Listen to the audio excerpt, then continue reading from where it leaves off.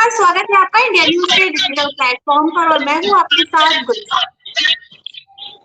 तो आज जैसे कि आप सभी जानते हैं कि अब यूपी में ठंड की जो है लहर बढ़ रही है। यूपी और दिल्ली एनसीआर में अगर देखें तो ठंड की एक लहर हमें देखने को मिल रही है, गुलाबी ठंड, जो कि सबकी पसंदीदा ठंड होती है, उसने दस्तक दे दी है। लेकिन अब इसी बीच ठंड में रात के वक्त ठंड, सुबह के वक्त ठंड और दोपहर के वक्त इतनी तेज तापमान, इतनी तेज गर्मी की वजह से लोगों को काफी सर्द गर्म का सामना भी करना पड़ रहा है। यूपी के जो तटीय इलाके हैं वहां पर रात के वक्त बेहद तापमान नीचे की जा रहा है, तो वही दिन के वक्त तेज धूप का सामना करना पड़ रहा है। और अब इसी के बीच हम अगर आगे बढ़े तो मौसम में हम आपको ये भी बता दें कि यूपी के साथ दिल्ली एनसीआर में जो है प्रदूषण का प्रदूषण हमें बहुत ज्यादा देखने को मिल रहा है। लोगों को सांस लेने में दिक्कत हो रही है, लोगों को मास्क पहन के निकलने की अपील भी करी जा रही है। इसके साथ ही सांस लेने की दिक्कत के साथ लोगों को प्रदूषित हवा जो है उसका सामना करना पड़ रहा है। तो हमारे साथ जुड़े हैं रजत कुमार ग्रेटर नोएडा से। तो रजत कुमार, आप बताइए कि मौसम का ये जो हाल है इससे लोगों पर क्या प्रभाव पड़ रहा है? अब ये जो दिनचर्या है इसकी वजह से इस मौसम की वजह से दिनचर्या पे क्या लोगों पर प्रभाव पड़ रहा है?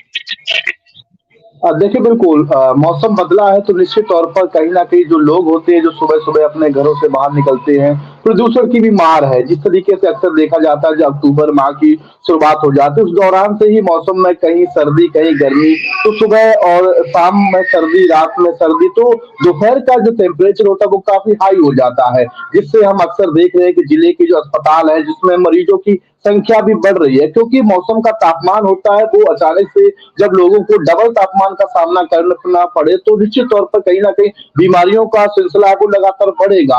हमने आज सुबह देखा है ग्रेटर नोएडा की सड़कों पर जैसे हम बाहर निकले हैं तो सड़कों पर धुंध भी थी, कह सकते हैं पोल्यूशन लेवल भी बढ़ा है हालांकि, लेकिन जिस तरीके से बदलते मौसम के साथ अगर लोग अपने दिनचर्या को भी बदले तो इस बीमारी या जो जिस तरीके से आपने बताया कि दर्द की तकलीफ है या जो तमाम जो मौसम बदलने के साथ साथ जो तमाम जो बीमारी आ रही है उससे इंसान बच सकता है। लेकिन वहीं अगर हम एनसीआर की बात की जाए जो कि पॉल्यूशन भरा क्षेत्र है जहां पर हर दिन प्रदूषण बढ़ता है, एक्वाई लेवल में काफी बढ़ोतरी होती है, तो उसके हिसाब से व्यक्ति को भी अपना दिनचर्या में काफी बदलाव करना पड़ेगा, क्योंकि सुबह और शाम में जो सर्दी होती है उसके बाद अचानक से भीषण गर्मी का सामना करना पड़ता है। तो इन बीच के जो टेम्परेचर से लोगों को सामना करना, तो कहीं ना कहीं लोग खुद को बीमारी की चपेट में ले लेते हैं। तो हमने जिला अस्पताल में भी गए तो वहां पर भी हमने देखा है कि पहले के मुकाबले अब मरीजों में काफी इजाफा हो रहा है। किसी जो सांस के मरीज है वो भी अस्पताल में आ रहे, किसी को सर्दी जुकाम हो गया, तो हर दिन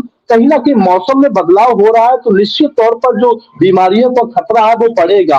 हमने देखा है कि जब जब अक्टूबर का माह आता है, दीपावली से पहले जो मौसम होता है वो काफी घातक हो जाता है। यहाँ तक भी हो जाता है कि जिस तरीके से लोग जब अपने घरों से बाहर निकलते सुबह सुबह तो अचानक से उनको प्रदूषण, दूसरा सर्दी, उसके बाद जब दिन हो जाता है तो फिर गर्म टेम्परेचर का सामना करना पड़ता है। तो ऐसे में अब इससे बचाव के लिए लोग हैं वो जब जरूरी काम हो तभी बाहर निकले, क्योंकि अक्टूबर माह जैसे ही अब एंडिंग होने वाली, उसके बाद फिर नवंबर, तो उसके बाद कहीं ना कहीं सर्दी का प्रकोप है भाई स्टेप बाय स्टेप बढ़ेगा। तो हालांकि अभी भी यूपी के कुछ शहर ऐसे हैं जिसमें प्रदूषण है वो लगातार देखा जा रहा है, सर्दी का प्रकोप है वो देखा जा रहा है। पहाड़ी इलाकों में जिस तरीके से बर्फबारी की शुरुआत होगी उसी दौर में लगातार सर्दी का टेम्परेचर है वो बढ़ेगा। हालांकि अब देखने वाली बात होगी कि सरकार क्या इस पर कदम उठाता है। जिस तरीके से लगातार देखा जा रहा है, पिछली बार में भी सरकार ने लोगों के हित में काफी काम किए थे, जगह जगह पर अलाव की भी व्यवस्था की गई। इस बार क्या कदम उठाएगी वो देखने वाली बात होगी। बिल्कुल, इस पर सरकार क्या कदम उठाएगी वो देखने वाली बात होगी। लेकिन हम आपसे सर ये भी जानना चाहते हैं कि अब जैसे कि आपने जिक्र किया अस्पताल में जो है मरीजों का इजाफा हो रहा है, तो अब इसका मतलब यही है कि लोगों की दिनचर्या के साथ साथ अब लोगों की हेल्थ पर भी, लोगों की जो स्वास्थ्य है उस पर भी इफेक्ट पड़ने लग गया है इस मौसम की वजह से। बेशक जो ठंडक है वो गुलाबी ठंड जो कि सबको पसंद है, इसीलिए इसका नाम गुलाबी ठंड रखा जाता है, जो हल्की हल्की ठंड शरीर पे पड़ती है सुबह के वक्त और रात के वक्त, और वही दिन के वक़्त लोगों को बेहद गर्मी का सामना करना पड़ता है और रात के वक़्त और सुबह के वक़्त जो उठो तो ठंड, दोपहर तक बिल्कुल गर्मी और रात तक बिल्कुल ठंड। तो इस वज़ह से एक तो सबसे पहले लोगों को ये सर्द-गर्म की वज़ह से भी हॉस्पिटल जाना पड़ रहा है, अस्पतालों में इस वज़ह से भी इज़ाफ़ा हो रहा है। इसके साथ ही सुबह और शाम के वक़्त प्रदूषण जो है वो बहुत ज़्यादा दिख रहा है, जो मतलब पूरे दिन ही रह रहा है, लेकिन दिल्ली एनसीआर और यूपी में सबसे ज़्यादा सुबह और शाम के वक़्त प्रदूषण देखने को मिल रहा है। बल्कि मुझे लगता है कि ये प्रदूषण जो है, ये पहले स्टार्टिंग गाँव से होनी चाहिए क्योंकि गाँव में सबसे ज़्यादा आग जलाई जाती है क्योंकि शाम के वक़्त मच्छर बढ़ जाते हैं। और अगर हम मच्छरों की भी बात करें तो कभी मच्छरों का भी इज़ाफ़ा बहुत ज़्यादा हो रहा है जिसकी वजह से डेंगू वगैरह भी बढ़ रहे हैं। डेंगू, टाइफाइड ये सब बीमारियाँ देखने को मिल रही है। तो इससे जो है अस्पतालों पर कितना इफ़ेक्ट पड़ रहा है क्योंकि अब जैसे न्यूज़ ये भी आ रही है कि बेड्स की कमी हो गई है लोगों को। सरकारी अस्पतालों में भी बेड्स की कमी आ रही है। तो इससे अस्पतालों पे कितना इफ़ेक्ट पड़ रहा है लोगों को?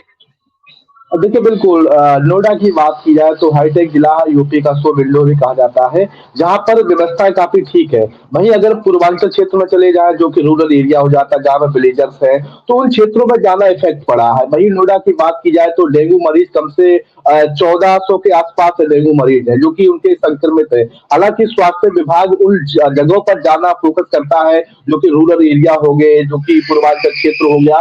तो वहीं नोएडा में हालाँकि हालात कुछ सुधरे हैं पहले के मुकाबले, लेकिन जिस तरीके से मौसम में बदलाव हुआ है, वहाँ पे डेंगू के मरीज के साथ-साथ और भी अन्य बीमारियों से लोग ग्रसित हो रहे हैं, जिसके चलते अस्पतालों में मरीजों का में इजाफा हो रहा है और शायद ज़ाहिर-सी बात है जब मरीजों में इजाफा होगा तो कहीं न कहीं हॉस्पिटलाइज़ जो सिस्टम होता है, तो उस पर कहीं न कहीं सवाल खड़े होते हैं। हालाँकि नोएडा हाईटेक जिले है जहाँ पर हाई-फाई व्यवस्थाएँ की गई हैं, चाहे किसी भी प्रकार की बात की जाए और दूसरी तरफ अगर पॉल्यूशन की बात की जाए जैसे आपने ज़िक्र किया है कि गाँव से शुरुआत हो जाती है, तो गाँव से भी हालाँकि जब हरियाणा, पंजाब तमाम यूपी के भी कुछ ऐसे क्षेत्र हैं, जहाँ पर पराली जलाई जाती है, उसके बाद बताया जा रहा है कि एनसीआर के कुछ क्षेत्रों में प्रदूषण का स्तर बढ़ता है। लेकिन वहीं अगर हम नोएडा की बात की जाए, नोएडा में इंडस्ट्रियल एरिया है, हब है, तमाम बिल्डिंगें, इमारतें बनती हैं। तो इंडस्ट्रियल एरिया की बात की जाए तो जहाँ पर जनरेटरों का उपयोग किया जाता है, उस क्षेत्र में एक्वाई लेवल होता है और जो सामान्य जो क्षेत्र होते हैं, जिसमें